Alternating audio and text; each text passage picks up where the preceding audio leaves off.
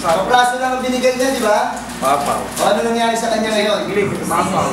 Luke 6:38, pagbigay ka at ikaw ay bibigyan, gustong takal, siksik, liglig, at umaapaw ka. Amen? Sige, palakpakan niyo ang Diyos. Diba? Baguhin natin ang pananaw natin sa pagbibigay. Nagbigay ka ng oras. Alam mo, madadagdagan ng oras mo. Bakit? May puwag na para madagdagan ng oras mo. Nagbigay ka ng talent. Maraming natuto. Ang haba ang buhay mo. Bakit? Pinag-uusapan ka.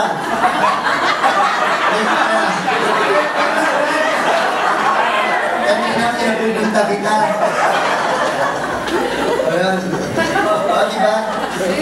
Kami natira na siya. O, gano'n eh. Tingnan nyo. Puwang, napakagandang blessing yan. Nagbigay ka ng tunay na pagmamahal sa asawa mo. Nagkaroon ka ng puwang para tanggapin naman ang pagmamahal mo. Amen. Ganon din sa mga apo. Hindi po tayo nag-uusap sa purong financial dito. Time, talent, and treasure palagi. Time, talent, and treasure palagi. Diba?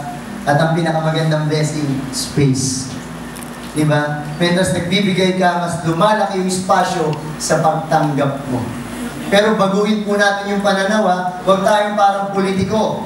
Na tayo nagbibigay sa gawain ng Diyos at iniisip natin may utang na loob ang Diyos sa atin.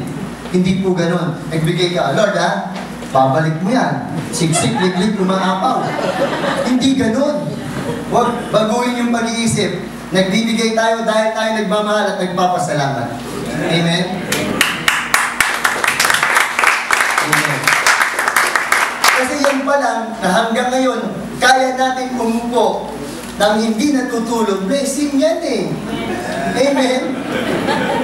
Totoo naman. Marami ganito, sarap yan natulog dito sa ganito. Malamig. Talaga naman pagod ka sa trabaho, nakakanto. Blessing at gusto ni Lord. Napakinggan yung mensahe niya. Amen. And this is the challenge. Ito yung huli. Challenge para sa ating lahat. Bigay natin pabalik kay Lord. Our time, our talent, and our treasure. Tingnan natin. Gusto nyo kwentahin ninyo mas maganda. Diba? Tingnan natin ngayon. Kasi malapit naman matapos ang taon. Simulan natin ngayon. October lang, pa-15 at 16 na ngayon. Kalahati ng October, November, December. Buong-buo nyong ibigay. Buong galing sa puso Your time, your talent, and your treasure, bigay nyo kay Lord. At kwentahin ninyo, alin ang mas marami, yung ibibigay ni Lord sa inyo o yung naibigay nyo. Ngayon pa lang, kaya nyo lang sagutin yun. Pero sa susunod, pag nagkita tayo, sabihin nyo sa akin, pag mas marami yung ibinigay mo kaysa kay Lord, doon pa lang, sabihin mo sa akin, sinungaling ka, brother. At tandaan po natin, hindi natin kayang higitan ang pagbibigay ng Diyos. Amen? Dahil lahat ng ibinibigay natin, sa Kanya rin ang galing. Amen? Amen? Amen? Recap. Ano yung, bakit tayo nagbibigay? And? Ano ang dapat natin ibigay? And treasure time, talent, and treasure. At paano ito ibibigay? And generously. Ayan.